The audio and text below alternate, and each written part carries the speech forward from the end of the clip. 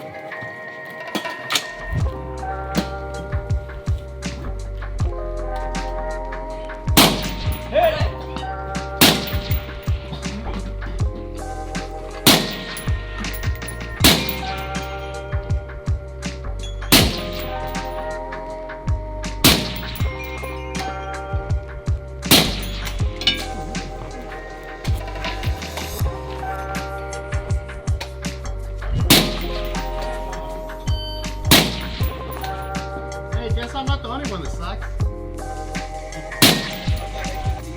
Are you guys gonna fucking laugh or what? Hey! You guys need to take the end of these shit about making jokes?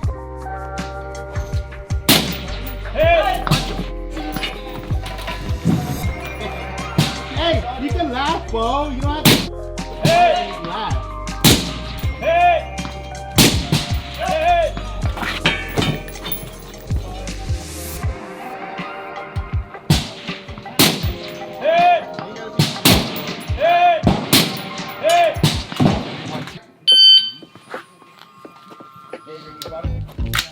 Help me out though, just in case.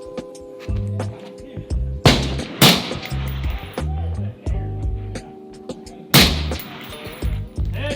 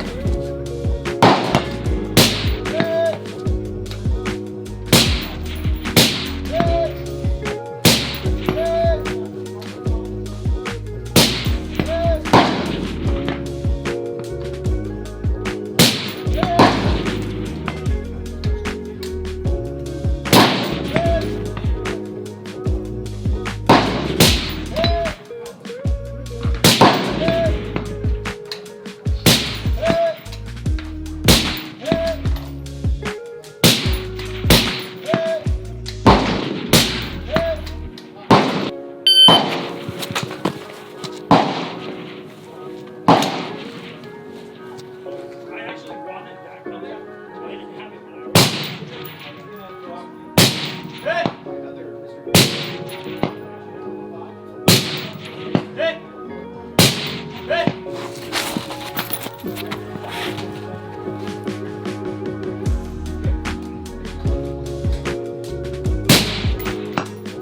right, left, right. Hit! Hit! Hit!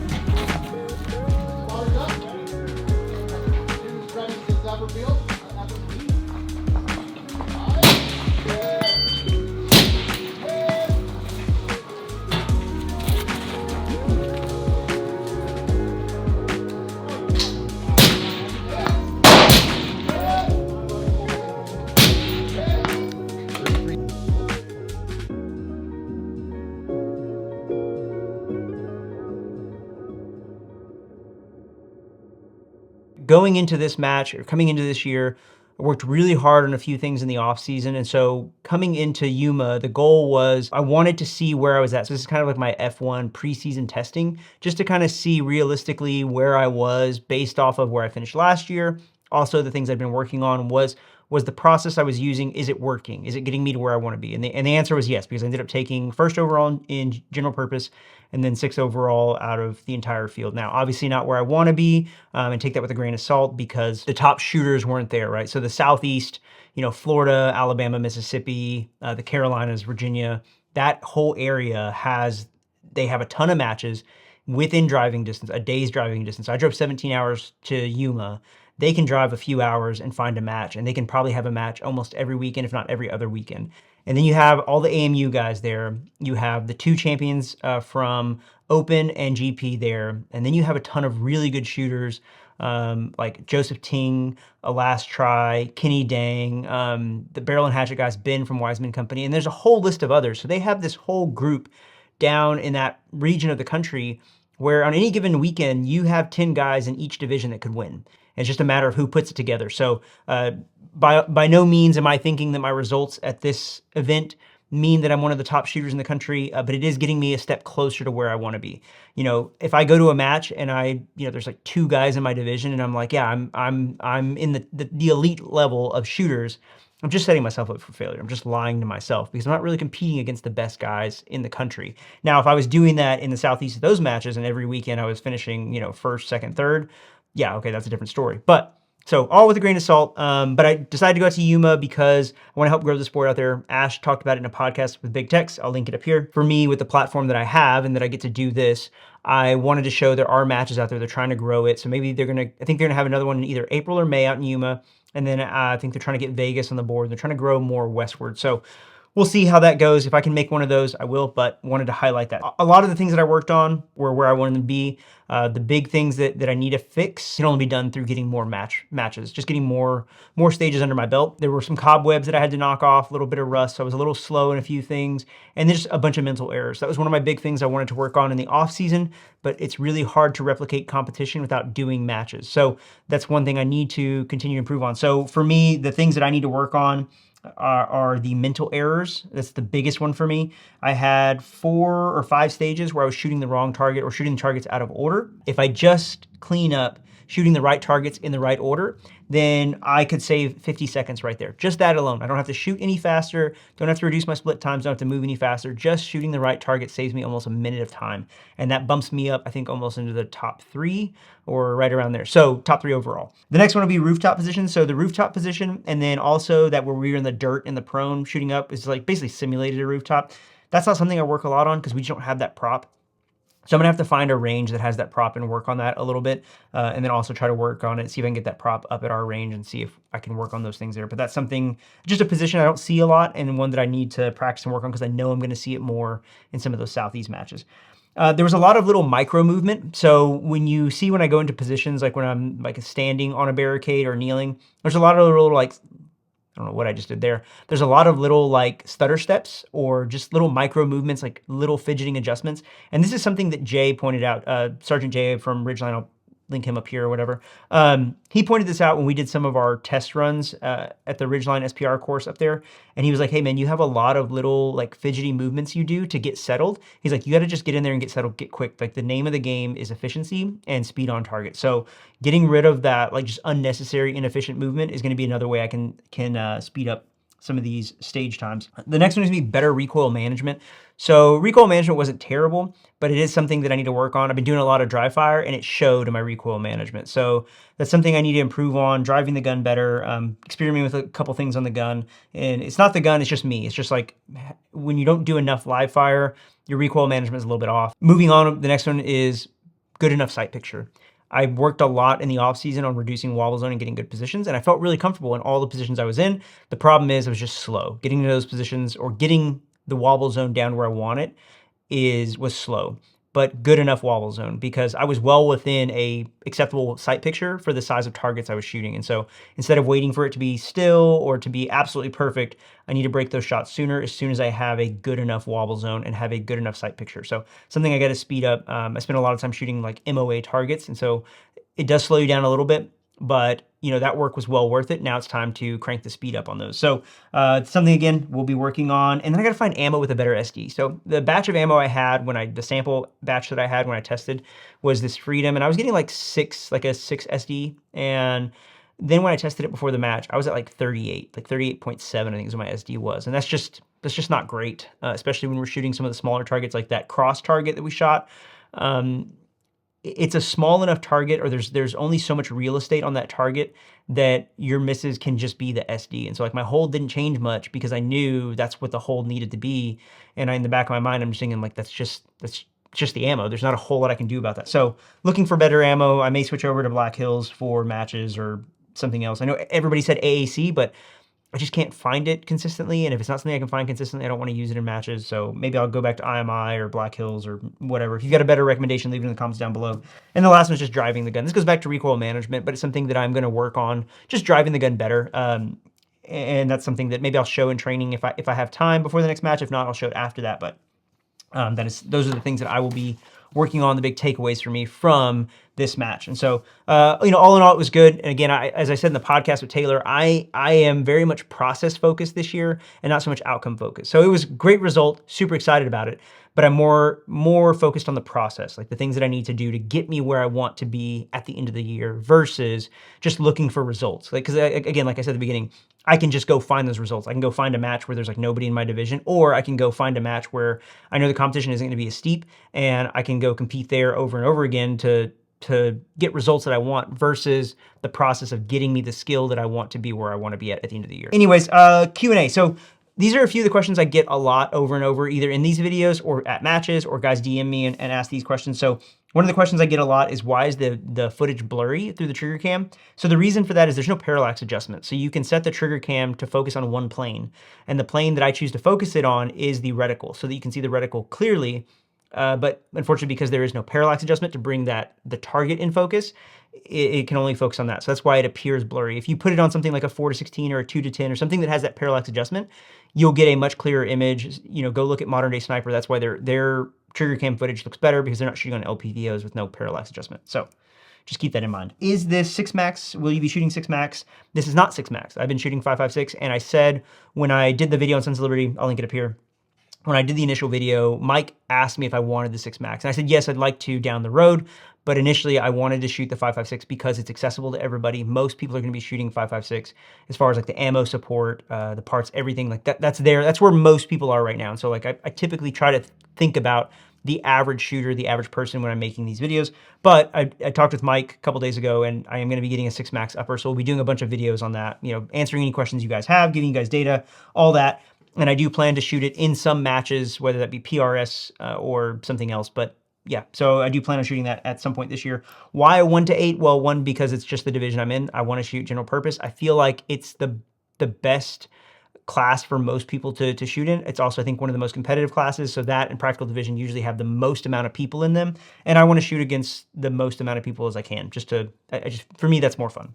So that's why I shoot the 1 to 8. And like I said in the podcast, I think it's the 1 to 8 or like a 1 to 10 or whatever is a great optic. Does it do anything great? No, but it does a lot of things really well. And I think it's really practical, and it is my go-to gun. So I don't have a match gun and a training gun, and then, you know, a gun that I do other stuff with, and then a night vision gun, and then a hunting gun. Like I have one gun like that I shoot all the time. And that's why that gun has a light, it has a laser, it has a bipod, it has the top dot, because that is my actual gun that if I had to grab, that would be what I would grab. So I compete with what I train with, and there are disadvantages. I know guys will be like, hey, why don't you put a brake on it? You know, a lot of the top guys are shooting brakes. Why not shoot a brake? And for me, it's just not, it's not a competition focused gun. I'm not knocking them for doing that. More power to them, because every gunfight, take every advantage you can get, right? It's all a competition. So if it gives you an advantage, do it by all means. But for me personally, I would just rather shoot suppressed, because again, what I intend to use that gun for, like, competition is just part of my training. So if I had a dedicated competition gun where like all I did was, I know this is the only thing I'm gonna do is gonna shoot competition, then yeah, I would put a brake on it for sure, 100%. That's why the bolt gun's gonna get a brake. Why Yuma? So I answered that earlier, why go to Yuma versus going to Florida or somewhere else. And again, it's just like part of being responsible with the platform that you have is helping grow the sport in other areas, right? So like the Southeast has, they're solid. They don't need help selling out matches, right? And me going there only benefits me, because like it benefits me because I get to go and compete against really good shooters and I get to learn from them. But it doesn't help grow the sport in the West. It doesn't help grow the sport in Texas or in like the Northwest or in the Midwest. So any chance I get to go somewhere that isn't getting a lot of coverage or where they're trying to grow the sport, I try to do that. That's why I support range days. That's why I do the things that I do, because I want to see this continue to grow in different areas. And so bringing awareness, bringing coverage around those events helps do that. So now some of you guys, like one of the cool things was I met 2 people who watched the channel there who shot their first match because they watched Quantified performance videos on my channel. So like, it's cool to meet people who are like, dude, this is my first match because of the videos you made. And so now I'm hoping that people see these videos of Yuma, and then so when the next one comes available, they're gonna, hey, I wanna sign up and go shoot that match. So it'll just continue to grow and spread in that area. Does filming affect your shooting? Yes, it does, 100%. So somebody asked me this is the match, and it does, yeah. So, cause like you have to go like, okay, cameras are on, right? Is it rolling? Is the other camera on? Is it rolling? Do I have it, you know, set up correctly? Do we have the right framing that we want? Is somebody gonna trip over that camera? You know, and like you're thinking through as a camera person, and then instantly you like got to grab your gun because you don't want to hold up everybody else. Get all your stuff ready. Like, okay, cool. Is my dope dialed on? Do I know what my wind call is? Do I know what my holds are? You know, what positions I'm going to be in. And I think that's part of where I struggle on the mental side, is because I'm doing so many things at once that I forget to find those spots, or like I lose track of what I need to be shooting where. So little things like that, right? But it comes with the territory. I choose to cover these videos. Nobody's making me do it. So I choose to cover them. And so I've got to live with it. If I really wanted to be like, entirely 100% focused on the match, I just wouldn't film them. So I do, because I think there's good training benefit, and I think it helps some of you guys to see, and hopefully it starts to bring down the walls and the barricades, that more people start going to shoot these matches. So that is the Q&A. If there's something that I left out that you guys want to know about the match, or questions you guys have, or anything like that, or if you want to give me some advice because I sucked, leave it in the comments down below. Make sure you hit that like and subscribe. Karate chop that bell so you get notified every time I upload a video, and I will see you guys in the next one.